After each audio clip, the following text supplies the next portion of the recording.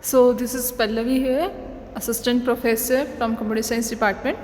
So in this video we will study about the types of curves.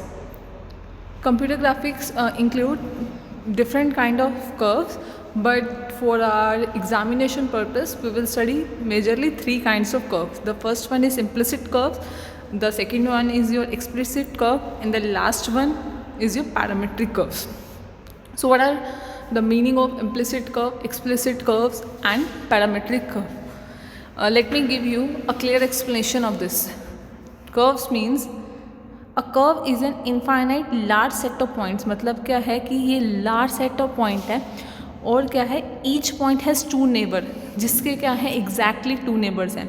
अब इसको हमने classification दे दिया आपके implicit, explicit and parametric curve.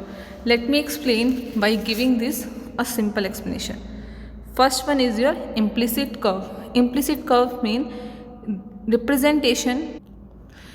Implicit curve के अंदर होता है जो define the set of point by employing the, ये क्या है, employ करना curve के अंदर एक procedure, मतलब कि जो point है वो implicit का मतलब है कि उसके अंदर already include है कि नहीं, यही चीज़ है. और इसकी कंडीशन क्या है कि f is equal to X Y point जो है आपका पॉइंट लाइन करता है कि नहीं कर सकता. और ये क्या होता है कि अगर ये मल्टी वैल्यूड कर्व है, मतलब कि x और y का फॉर्म में वेरी कर रहा है, तो ये क्या हो गया, इक्वेशन ऑफ सर्कल की फॉर्म में होता है. जैसे कि ये आपका सर्कल है, इसके कोऑर्डिनेट, ये इसका रेडियस हम मान लो r, इसके कोऑर्डिनेट किसी ये पॉइंट ले लिया हमने, यहाँ पर x और y की वैल्यू क्या होगी, 0 0.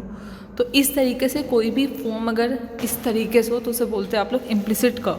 एक्सप्लिसिट कर्व का मतलब है अ मैथमेटिकल फंक्शन, एक मैथमेटिकल फंक्शन जो कि हम जो y is equal to F X की फॉर्म में है, जिसको हम कर्व मान सकते हैं.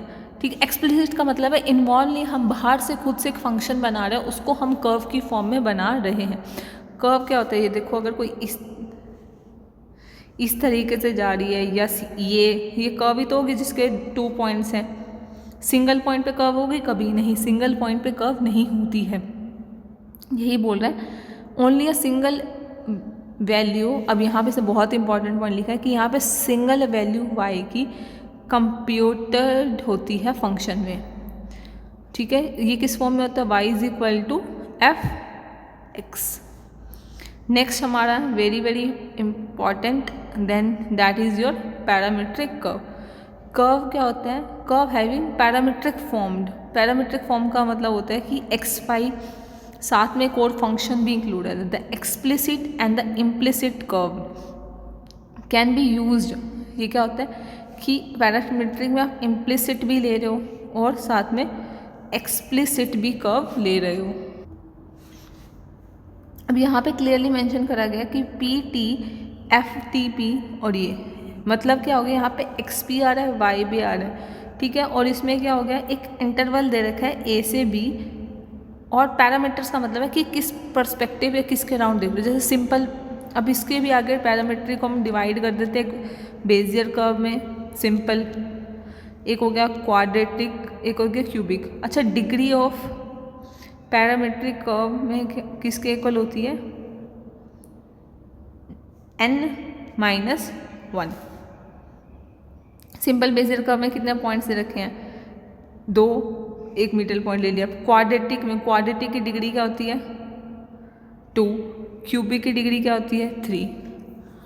कितने नंबर ऑफ कंट्रोल पॉइंट है, 1 2 1 2. ये चीज़ आपको समझ आनी चाहिए. Thank you so much.